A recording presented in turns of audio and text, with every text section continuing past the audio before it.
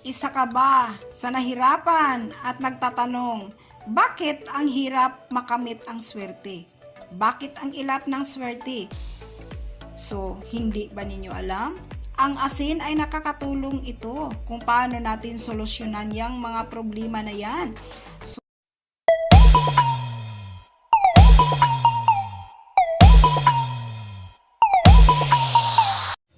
magandang umaga sa ating lahat. Welcome again dito sa ating YouTube channel. Ngayong umaga, maghatid po ako sa inyo ng napakalaking tulong po. At ito po ang solusyon sa ating mga problema. Kasi ako talaga naghahanap ako ng solusyon sa mga tanong sa aking mga kaibigan.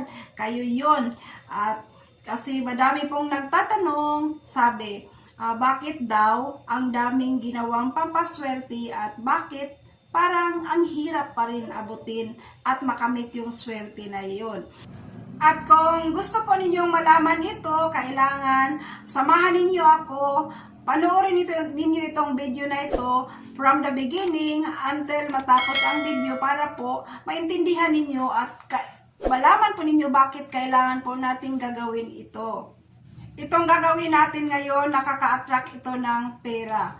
At the same time, nakakalinis ito ng negative energy. At the same time, magkakaroon po tayo ng protection sa pamamagitan po ng simple na bagay na ito. Ito po yung asin. Ito yung asin natin. Ayan. Kailangan natin yung rock salt. At kung makakuha po kayo ng Himalaya salt, mas maganda. Ayan, wala tayong Himalaya ngayon. So, ito muna ang rock salt. So, kailangan natin talaga yung rock salt. Ayan. So, kailangan magdala po tayo nito kahit saan po tayo magpunta. Ilagay po natin sa ating bulsa. Maglagay tayo sa ating wallet nito. Kailangan na ilagay natin sa maliit na plastic na cellophane. Ganyan lang po siya at ilagay natin sa ating wallet. Ayan, ito po ay mag-attract siya ng pera at the same time, magbibigay sa atin ng protection kasi kailangan natin to mga kaswerteng hatid, hindi natin alam ang mga tao na masalubong natin araw-araw.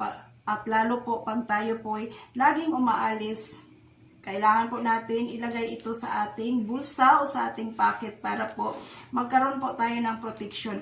Ito po ay tested and proven ko na po kasi hindi po natin alam na mayroon pong maiinggit sa atin. At ito po, maglagay lang po kayo sa maliit na plastic ng itong ginamit natin, plastic ng yellow po ito. Ilagay lang siya at kung mayroon po kayong sasakyan, pwede ninyo itong ilagay doon sa harapan sa sasakyan, katabi noong dahon ng laurel. Pwede yan.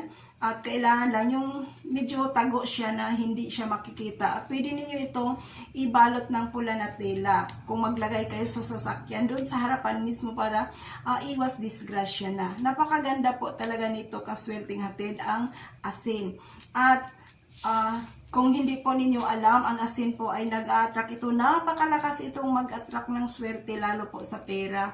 Ayan.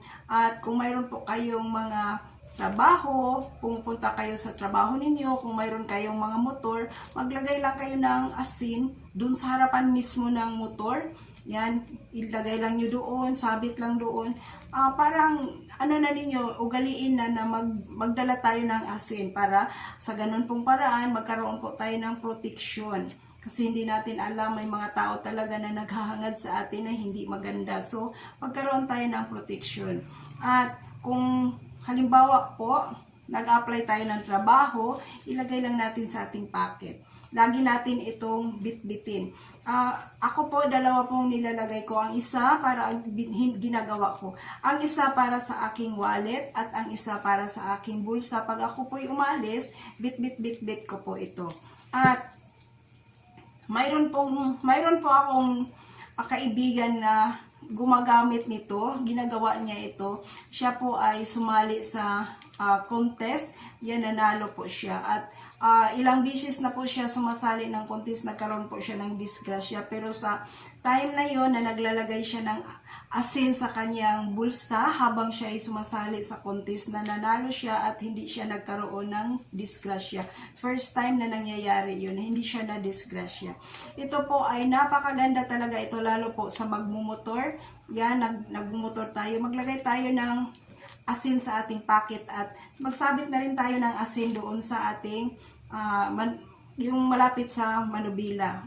Ganon din po sa mga sasakyan natin. Halimbawa, kung trabaho natin, nagda-drive tayo ng taxi, nagda-drive tayo ng mga jeepney, maglagay kayo ng asin para protection na din, iwas disgrasya. Yan, napakaganda po nito at hindi lang alam sa karamihan kung paano gamitin ang asin. Ang gagawin po natin dito, every 2 weeks natin ito palitan. Kailangan palitan siya ng bago. At itong tinanggal natin na yung mga asin na pinalit natin, yung pinalitan natin, buhos natin doon sa lababuhan at yun po ang padaluyan natin ng maraming tubig para doon po dadalo yung kung ano man yung negative na nahihigop dito. Kasi po ito siya is maghihigop siya ng mga negatibong energy, negatibong enerhiya po. At kung sa bahay naman po, maglagay po tayo ng asin sa likod ng pintuan. Lagi ko talaga yung sinasabi, napakalakas talaga na protection yan. Kasi pagbungad pa lang, pagpasok pa lang sa bahay, kung mayroong tayong mga bisita, ayan, nahaharang agad. Kung mayroong mga masama na iniisip at mayroong mga kasamang hindi magandang mga enerhiya. Kaya napakaganda ang asin. So guys, please po, kung kayo po ay gagawa nito, kailangan lubos at buo ang iyong paniniwala. Walang bahid na pag-alinlangan.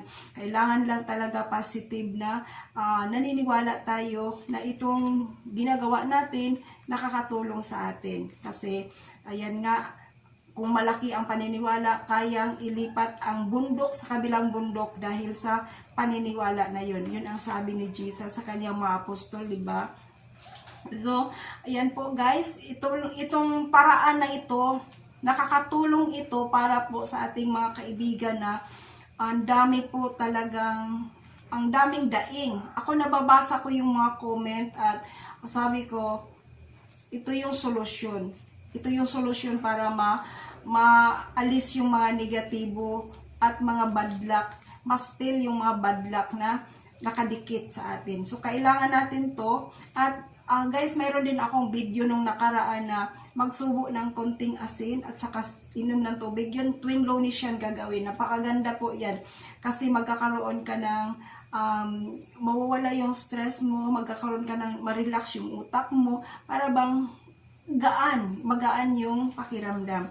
So, ayan, isabay na rin ninyo yung pagbitbit ng asin pag tuwing umaalis kayo. At ugaliin na din ninyong maglagay kayo ng asin sa wallet kasi ito po ay nag-attract ng pera. At ito lang po ang aking ma-share ngayong umaga na ito. Subukan po ninyo mga kaswerteng hatid ang paggamit ng asin. Basta kailangan, 2 linggo lang ito gagamitin, palitan na naman agad. Okay?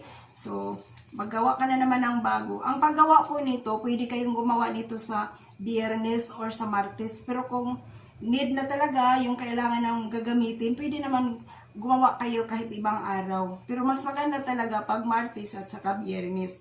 Pero depende lang din yan kung malaki yung paniniwala mo, kahit anong araw mo gagawin. At doon po sa ating mga kaibigan na halimbawa gusto ninyong bumili ng loto, mag-ano ko ikay ng asin sa kamay ninyo, ganyan ang asin, ayan, swerte po ang makukuha natin yan. Ganyan lang at saka huwag hugasan. Pagkatapos, alis na. Yun. So, malaking tulong talaga ang asin. So, ayan lang po guys. Subukan nyo na at para hindi na tayo mamroblema. So, hanggang dito na lang po. Maraming salamat. At ako po ay magsha-shoutout sa aking mga kaibigan. Shoutout ko po ang lahat po na nandito ngayon. So, ayan. Shoutout muna tayo. So, mga Swerte Hatid. Kung nagustuhan ninyo ang video natin ngayon, sana po ay magbibigay kayo sa akin ng like at share para makakatulong tayo sa ating mga kaibigan na hindi alam ang ganitong mga paraan. At kung hindi pa kayo nakapag-subscribe sa ating YouTube channel, please consider to my subscriber kasi kayo po ang aking pamilya. Lahat kong mga subscriber, kayo ang aking inspirasyon at pamilya dito sa aking YouTube journey. So maraming salamat everyone. Mag-ingat po kayo palagi. Bye-bye!